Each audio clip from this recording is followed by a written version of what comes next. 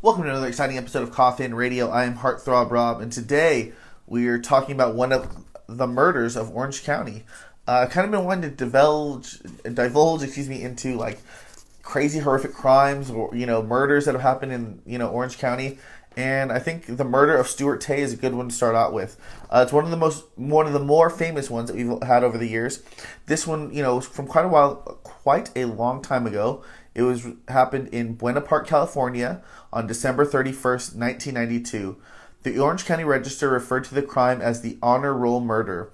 The victim and most of the perpetrators were Asian American. There's actually a movie based on this. It was called Better Luck Tomorrow. By I think it was Justin Lin, the director, who went on to do a few of the Fast and the Furious movies. So I kind of wanted to talk about it, and the fact that it was in Buena Park, and I grew up in Anaheim and Fullerton, it's right around the corner. We all have friends from Buena Park, and the fact that this happened, at Sunny Hills High School, it was pretty crazy. Yes, it was Sunny Hills. The victim, Stuart Tay, was a 17-year-old Chinese-American resident of Orange, California, and a student at Foothill High School. 5 teenagers believed that Tay was planning to betray them in a planned theft of computer equipment, so they arranged to kill him. All the perpetrators were students at Sunny Hills High School. Most of the perpetrators had planned to attend elite colleges and universities, including Ivy League schools. So we're talking about teenagers here that are at Sunny Hills that are going to kill a kid from Orange, and they have their whole lives ahead of them. Just teenagers, dumbasses, that were going to go to Ivy League schools. And meanwhile, they're going to kill someone because they've already betrayed them. He's going to betray them in a planned theft of computer equipment. The perpetrators were 18-year-old Robert Chien-Nan Chan of the Sunny Hills area of Fullerton, 16-year-old Kirn Young Kim of the Islands community of Fullerton, 16-year-old Abraham Acosta of Buena Park, and 17-year-old Bong Kang of Fullerton, and a 17-year-old Charles Bay Choe of Fullerton. All suspects were convicted and or pleaded guilty. The prosecutor said that Tay used an alias and presented himself as an older person. He and Chan created a scheme to rob a computer parts dealer in Anaheim, California, and then recruited 4 other persons as part of the plot. In court, Chan said that Choe helped recruit the other participants. The prosecutor said that Chan created a plan to kill Tay when he suspected that Tay was lying about his name and age. So they don't even trust this guy in this computer heist, and so he's got to go. Lying about his age. The suspects feared that Tay would betray them. The Tay family had hired a private investigator who said that Chan had attacked Tay partly due to issues over a girl who refused to date Chan. Dang, so they refused to date, one of the friends, and now it's on. The police said that this theory is not true. The planned robbery never even occurred. They killed someone over betraying something that didn't even happen.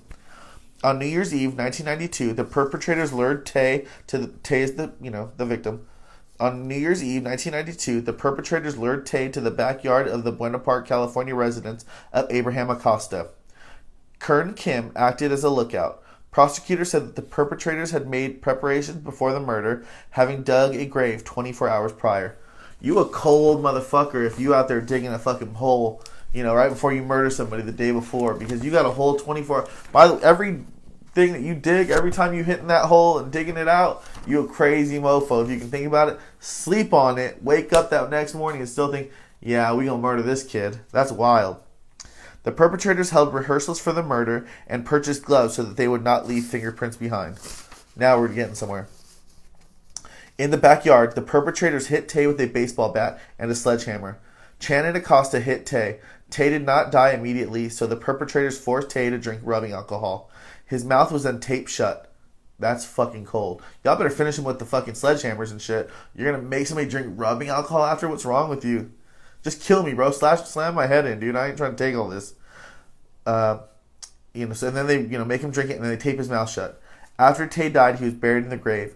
Acosta had taken $100 from Tay's wallet. The perpetrator drove Tay's car to Compton, California, to give the impression that Tay had been carjacked. You racist bastards. Charles Choe, one of the perpetrators, said that Robert Chan dug the grave and poured the rubbing alcohol down Tay's throat. The authorities discovered that Tay's body at the Acosta residence. Orange County authorities stated that Tay's death occurred due to asphyxiation on vomit. Authorities argue that this was most likely due to the head injuries, and that the taping of the nose and mouth may have quickened his death. You fucking dude, just shoot me in the back of the head and bury me, you bastards. Crazy. Imagine these 17-year-olds, bro, hitting people with sledgehammers. Your little nephew, dude. These kids are 16, 17 years old, pouring rubbing alcohol down somebody's throat, dude. These are fucking killers out here. Crazy-ass little bastards. In his trial, Chan said that he did not mastermind the killing of Tay, and that he believed that Tay put explosives in his house and would kill him if Tay was not himself killed.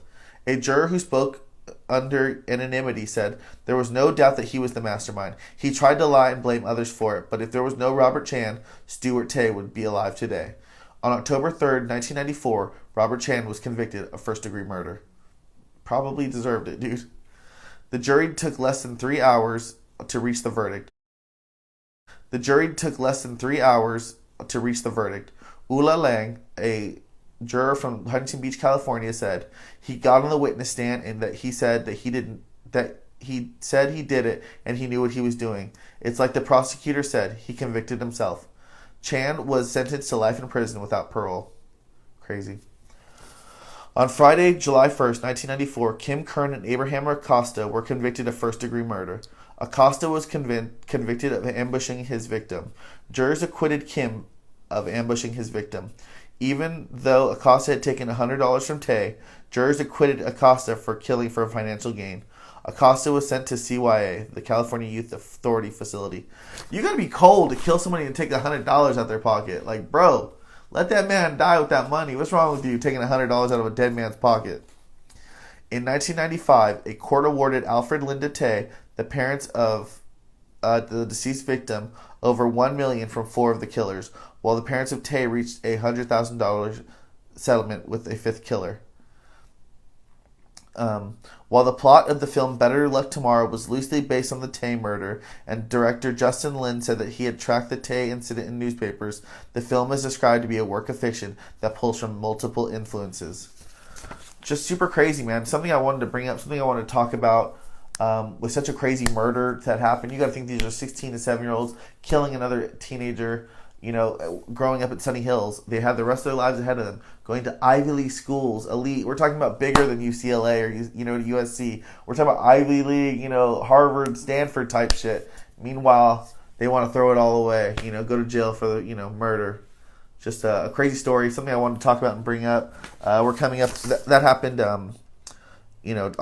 December 31st, 1992. So, we're less than a year and 2 months from that being a 30-year anniversary. So I wanted to bring it up and talk about it now. Kind of crazy. Kind of crazy that they also based a movie on it. Have you guys ever seen the movie Better Luck Tomorrow? I haven't seen it, but it's something I wanted to catch up on. But let me know what you guys think. What did you think of this murder? Should I do more of these Orange County murders? I'm going to, so I got the answer there. But make sure you guys let me know what you think about it. Like and subscribe. And if you like what you're watching, then hop in the Koffin. Follow us on social media at Koffin Radio. Koffin is spelled with a K. And that's all for today.